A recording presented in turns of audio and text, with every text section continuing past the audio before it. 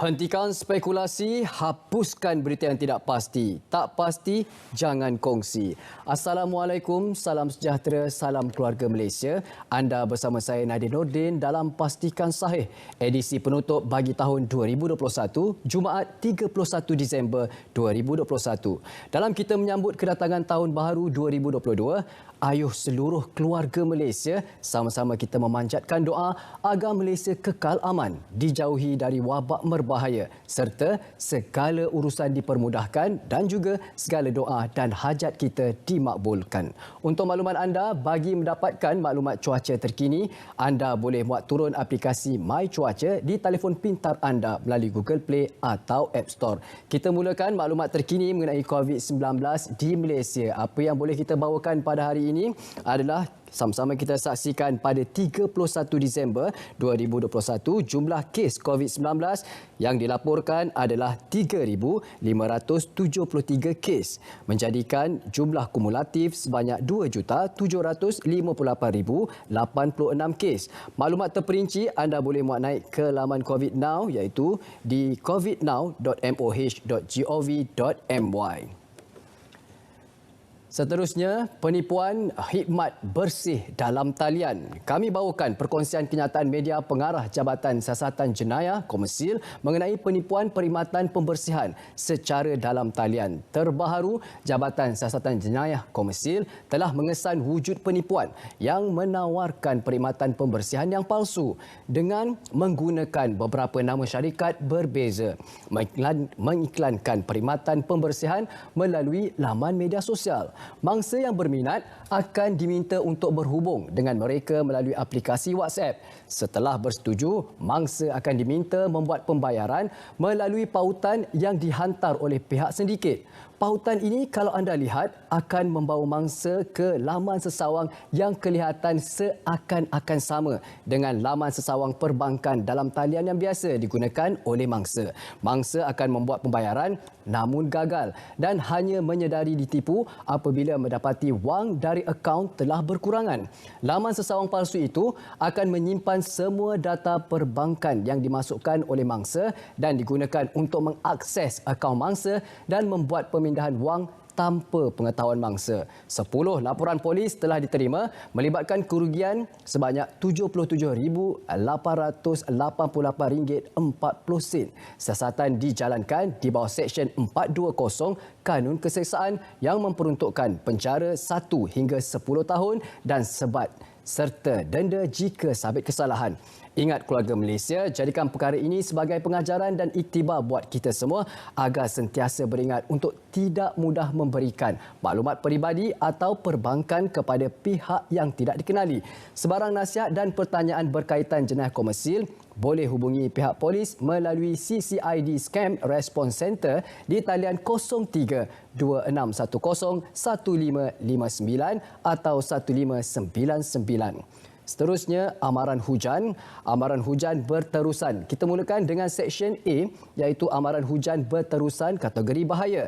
Hujan sangat lebat berterusan dijangka berlaku di negeri Kelantan, iaitu di kawasan Jeli, Kuala Krai dan Pulau Musang. Di Terengganu, kawasannya adalah Besut, Hulu Terengganu, Dungun dan Kemaman. Di Pahang pula, kawasannya adalah Jerantut, Maran, Kuantan, Pekan dan Rompin. Dan di Johor pula melibatkan kawasan Mersing dan Kota Tinggi.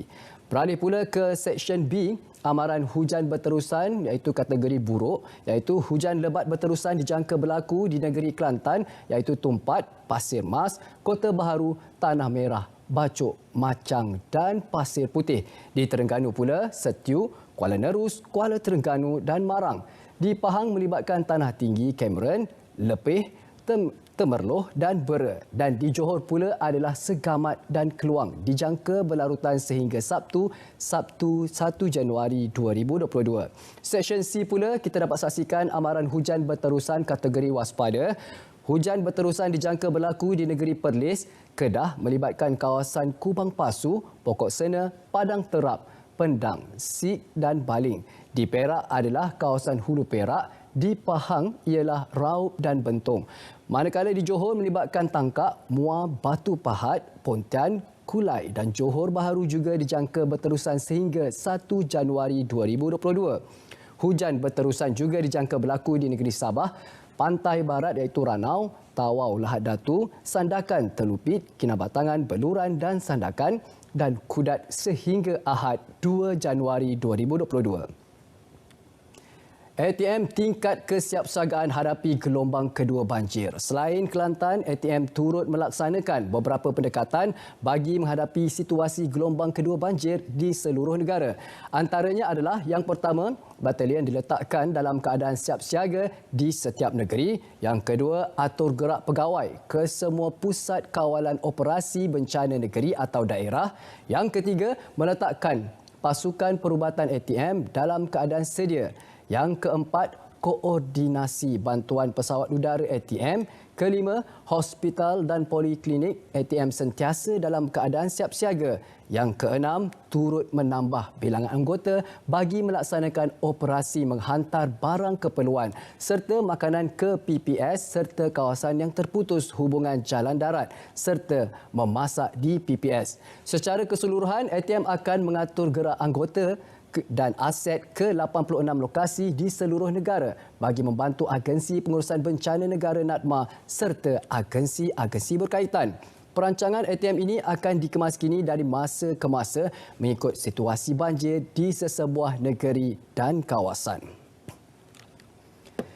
Hentikan spekulasi, hapuskan berita yang tidak pasti. Tak pasti, jangan kongsi. Berehat seketika, kembali sebentar saja lagi.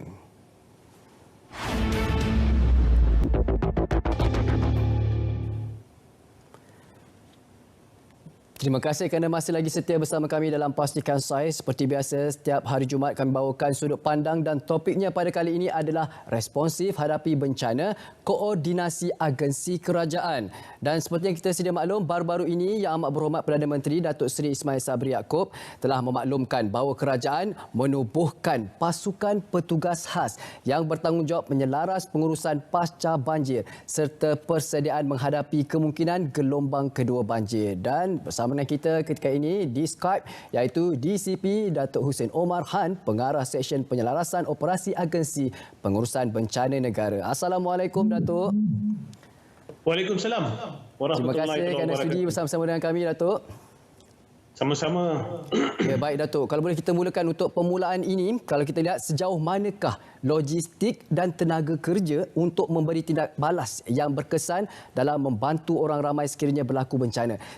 Ini adalah selaras dengan pengumuman Yang Amat Berhormat Perdana Menteri mengenai penubuhan task force. Kalau boleh Datuk kongsikan bersama dengan kami.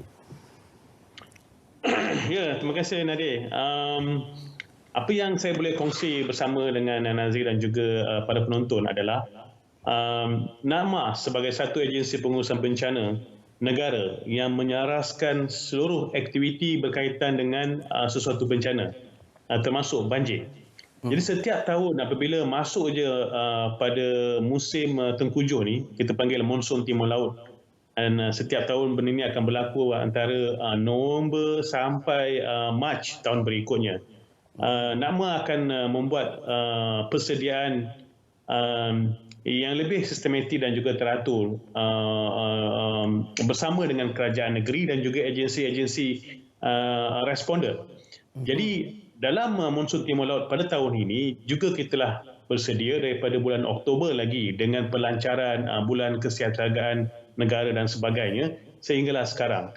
Jadi dari segi respon kepada sebarang bencana termasuk banjir pada kali ini, NADMA bersama dengan agensi-agensi responder ataupun agensi-agensi tindak balas ini telah pun berada di lokasi-lokasi yang kita kenal pasti sebagai hotspot. Tetapi kadang-kadang ada juga kawasan-kawasan yang kita tidak sangka adalah hotspot juga berlaku banjir yang menyebabkan kesulitan kepada agensi-agensi responder untuk mobilize ke tempat-tempat tersebut. Walau bagaimanapun sampai juga walaupun mungkin tidak sepantas yang kita boleh bertindak di kawasan-kawasan hotspot. Jadi seperti mana yang berlaku daripada beberapa minggu, 2 minggu yang lepas ini, kita dapati banyak perkara yang kita boleh bincangkan berkaitan dengan respon agensi kerajaan dalam menangani banjir ini. Kita telah berada di salah satu gelombang dan kita menganggarkan ada lagi 2 atau 3 gelombang ataupun luruhan hujan yang besar akan berlaku dalam tempoh sekarang sehingga bulan Mac nanti. Jadi dari segi persiapan, kita telah pun berada di lokasi-lokasi yang strategi supaya kita boleh respon dengan lebih awal dengan kekuatan sumber manusia dan juga aset-aset yang kita perlukanlah seperti bot, kenderaan lori dan juga 4-wheel dan sebagainya. Jadi Okey, baik Datuk. Tapi apa yang saya tertarik tadi adalah ada kawasan, walaupun kita dah sediakan kawasan hotspot, kawasan-kawasan dijangka berlakunya banjir, tapi bagi komuniti di kawasan yang tidak pernah berdepan dengan bencana banjir sebelum ini akan mengalami kesukaran dari segi persediaan menghadapi bencana. Mohon kalau boleh Datuk kongsikan persediaan berganda yang boleh dilakukan bagi mereka yang tak pernah menghadapi bencana banjir untuk mereka lakukan persediaan sebelum, semasa dan pasca banjir. Walaupun ia telah banyak kita war-warkan di kaca TV, tapi bila panik ni Datuk, ya, sudah semestinya kita tak dapat nak berfikir dengan secara rasional. Jadinya apakah langkah yang lebih sesuai bagi mereka yang pertama kali menghadapi banjir? Okey, Nazir, satu soalan yang selalu rakyat bertanya adalah boleh tak kita ramal banjir dan sejauh mana tepat banjir ni kita boleh ramal? Ada dua perkara yang kita selalu gunakan sebagai indikator sesuatu kawasan boleh banjir ataupun tidak. Satu adalah ramalan cuaca daripada Meteorologi Malaysia yang menjangkakan ataupun meramalkan di mana hujan yang berlaku pada tempoh-tempoh tertentu. Yang kedua adalah bawah JPS, Jabatan Saliran, Parit dan Saliran, di mana mereka boleh menentukan paras sungai. Jadi daripada data daripada dua agensi ni, kita boleh menjangkakan kawasan-kawasan yang boleh banjir. Hujan lebat satu hal, adakah banjir akan berlaku atau tidak satu hal. Dalam keadaan ini, kita boleh jangkakan hotspot banjir. Tetapi ada perkara-perkara lain juga yang perlu diambil kira sesuatu kawasan itu akan banjir ataupun tidak. Yang pertama contohnya seperti Saliran, Parit, tempat-tempat tadahan air dan sebagainya, adakah sistem tu dalam keadaan baik ataupun tersumbat yang menyebabkan air tidak boleh mengalir ke sungai dan kawasan itu banjir.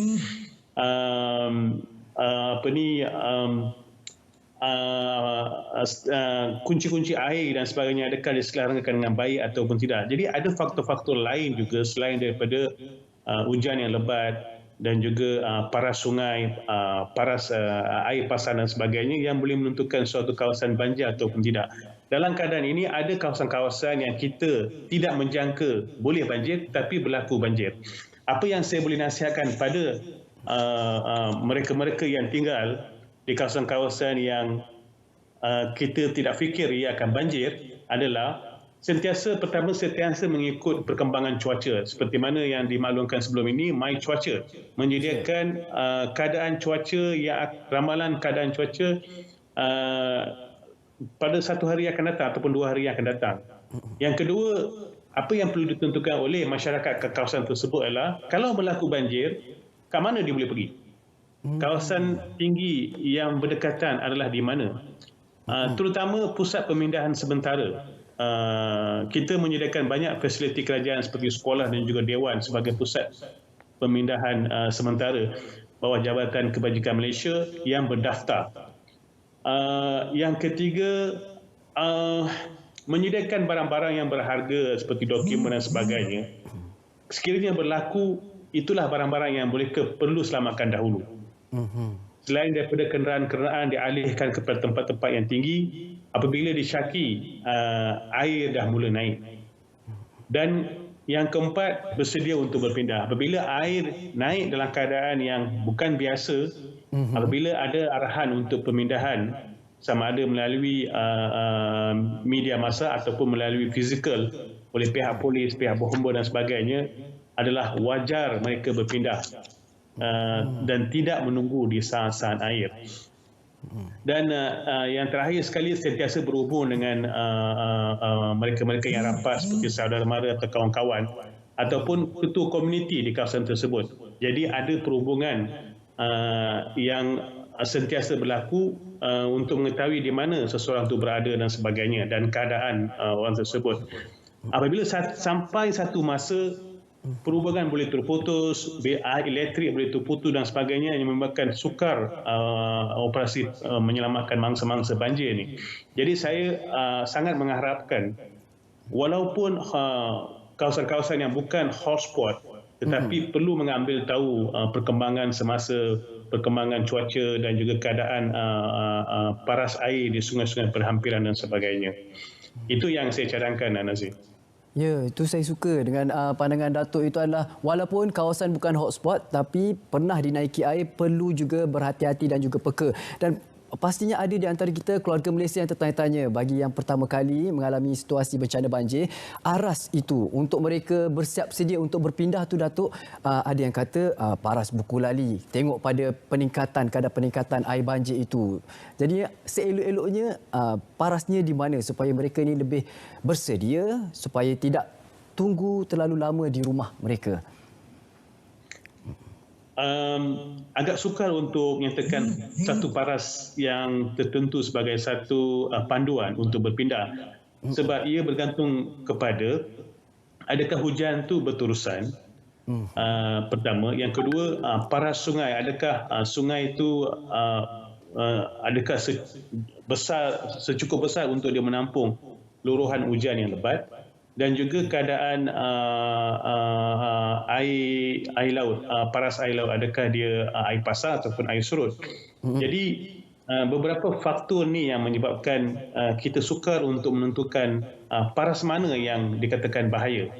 Jadi agensi-agensi berkaitan seperti JPS yang menentukan paras air laut, air di sungai-sungai, dan juga meteorologi yang meramalkan cuaca boleh memberi nasihat ataupun amaran.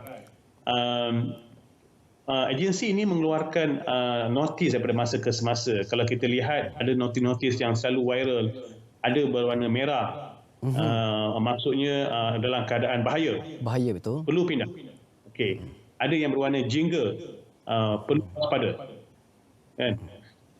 Dan ada keadaan yang kuning, perlu berjaga-jaga. So dia ada indikator-indikator seperti ini yang dikeluarkan oleh agensi-agensi yang berkaitan untuk boleh diguna pakai oleh penduduk suatu tempat untuk menentukan dia perlu pindah ataupun tidak. Dan agensi-agensi kerajaan seperti polis dan juga bomber, APM adalah responder yang akan boleh mewawarkan perlu pindah di kawasan-kawasan yang tertentu. Sebab tu kita dalam mekanisme pengurusan bencana ni, kita ada wujudkan ataupun tubuhkan pasukan tindak balas kecemasan komuniti, SCRT in short form lah, CERT. Maksudnya komuniti satu kawasan tersebut, contohnya ketua persatuan ataupun ketua kampung ataupun ketua flat misalnya, mereka ada WhatsApp group dan sebagainya yang boleh berhubung atau menyampaikan mesej. Okey, air dah mula naik. Jadi mereka yang selalu alami, jadi mereka tahu paras mana naik dia kena pindah. Tapi mereka yang tak pernah mengalami kawasan yang tak silap berlaku, tidak selalu berlaku banjir ni, mereka sukar untuk menentukan bila perlu pindah. Ya, jadi saya cadangkan mereka peka kepada arahan yang dikeluarkan oleh pihak berkuasa. Itu penting supaya mereka boleh berpindah lebih awal.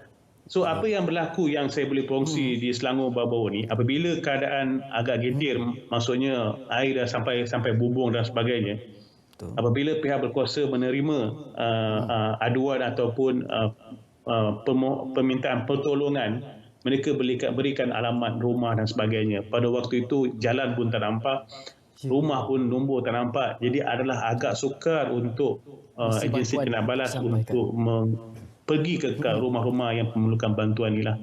Jadi adalah lebih wajar, lebih baik berpindah. Ya, dalam lebih baik berpindah daripada kita bergadaikan nyawa kita. Bergerak dengan kenderaan dan sebagainya, dan tidak menunggu di waktu-waktu yang lebih getir lah. Baik, terima kasih banyak Datuk. Sebenarnya ada banyak lagi yang ingin saya ajukan tetapi memandangkan masa tidak mengizinkan. InsyaAllah mungkin di satu masa lagi akan kita jemput lagi Datuk untuk menjadi tetamu untuk kita membincangkan topik mengenai bencana dan persediaannya. Baik, apapun terima kasih diucapkan kepada Datuk kerana sudi meluangkan masa bersama kami. InsyaAllah kita akan berjumpa lagi dan kepada anda semua untuk mengikuti keadaan cuaca, anda boleh muat turun aplikasi My Cuaca. Dan ini dia ingin kami alurkan sekali lagi, My Cuaca akan memberikan maklumat terkini mengenai keadaan cuaca dan kita ingin juga mengucapkan ribuan terima kasih sekali lagi kepada tetamu yang diraih DCP Datuk Hussein Omar Han, Pengarah Seksyen Penyelarasan Operasi Agensi Pengurusan Bencana Negara. Baik, terus setia bersama kami dalam Pastikan Sahih. Ini dia kami nak war-warkan kepada anda apakah yang perlu anda ketahui sebelum kami melabuhkan tirai 2021.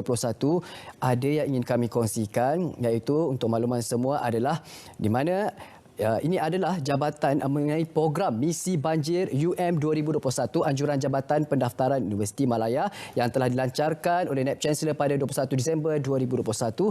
Ayuh sama-sama kita saksikan. Terima kasih banyak-banyak buat seluruh keluarga Malaysia menjadi sukarelawan. Assalamualaikum, salam sejahtera dan salam keluarga Malaysia. Ini barang-barang yang